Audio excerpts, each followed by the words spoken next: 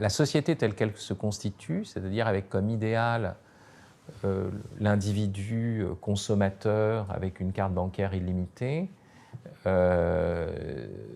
c'est un monde individualiste où l'idée même d'être père, ouais, on se conçoit pas comme fils déjà, on a du mal à se voir comme fils, et à plus forte raison, donc on a du mal à se considérer comme père. Et si jamais on a un enfant, on se débine très vite, parce que ce problème, c'est aussi l'absence des pères qui n'assument pas ce qui se passe. Et voilà, pour continuer cette vie de consommateur, de fuite devant ses propres problèmes personnels aussi, etc. Donc la chose que je peux dire, c'est qu'il faut d'abord dresser ce constat qu'au fond, aujourd'hui, quand on ne veut pas avoir d'enfant, on est profondément marqué par le contexte contemporain. Et donc je dirais d'abord, est-ce que c'est vous qui ne voulez pas en avoir, ou est-ce que finalement vous n'êtes pas les produits de ce monde-là? Et donc d'abord avoir une position critique à l'égard de ce monde-là. Ça c'est la première chose que je dirais. C'est pas moi je ne vais pas donner la réponse, mais déjà, voilà, avoir une position critique par rapport à ce monde contemporain.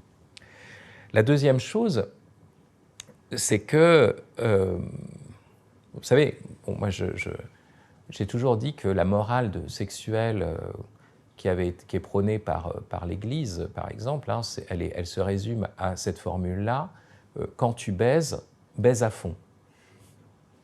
Bon, voilà, c'est aussi simple que ça. Donc, la vraie question, c'est est-ce que, avec un aspect, comme je disais, nietzschéen, c'est-à-dire aussi héroïque, faire confiance à la chair, quoi, de dire, mais attends, quand vous êtes là, elle et toi, qu'est-ce qui se passe? Est-ce que vous êtes dans une sorte de mesquinerie, voyez, et puis moi je te donne ça, toi tu me donnes ça, hein, de transaction, voyez, des plaisirs, comme on fait aujourd'hui, ou pour éviter tout contentieux aussi, on fait une checklist, vous savez, parce qu'on a peur, vous voyez, qu'il se passe des choses qu'on n'avait pas prévues, donc on dit, bon là, donc tu peux me peloter les seins, mais pas plus loin, etc., pour être sûr. Vous voyez, cette relation où tout devient contractuel et devient une sorte de transaction. Voilà, c'est-à-dire que c'est le modèle consumériste, commercial, hein, est-ce que c'est ça votre truc, ou est-ce que tout d'un coup, l'engagement des corps, vous l'acceptez dans son mystère, avec l'aventure qu'il va spontanément produire? C'est ça la question. Est-ce que vous y allez à fond? Donc c'est pour ça hein, que j'ai une vision, je dirais, où d'abord ce qui me sert, même si la question de l'espérance est une question fondamentale et je ne veux pas l'évacuer, mais moi ma tâche par rapport à l'endroit où je me situe en termes de réflexion et de pensée, c'est de dire, est-ce que d'abord vous avez foi dans votre donnée charnelle? Et voilà. Et moi je suis un écologiste où je dis, oui, vous êtes en train de me dire, j'ai 9 enfants, je suis en train d'accomplir le suicide de la planète. Bon, d'abord, c'est pas ma faute si la planète est suicidaire, première chose, parce que moi je fais un truc extrêmement naturel. Hein. Je veux dire, moi j'imite les animaux, je fais comme eux. Quel est votre problème? Alors, vous aimez les animaux ou vous les aimez pas?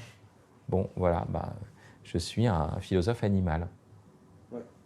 Donc vraiment cette insistance sur plutôt le mode de vie plutôt que corriger nos mode de impulsions. vie et puis surtout la liberté humaine. Je suis pas en train de dire une injonction à engendrer, je suis pas en train de dire ça. Je suis en train de dire, ayez une posture critique et essayez de retrouver une liberté, mais aussi une liberté incarnée, c'est-à-dire une liberté humaine qui est pas dans une sorte de pseudo-angélisme, vous voyez, où vous oubliez que votre corps a aussi son mot à dire d'une certaine façon.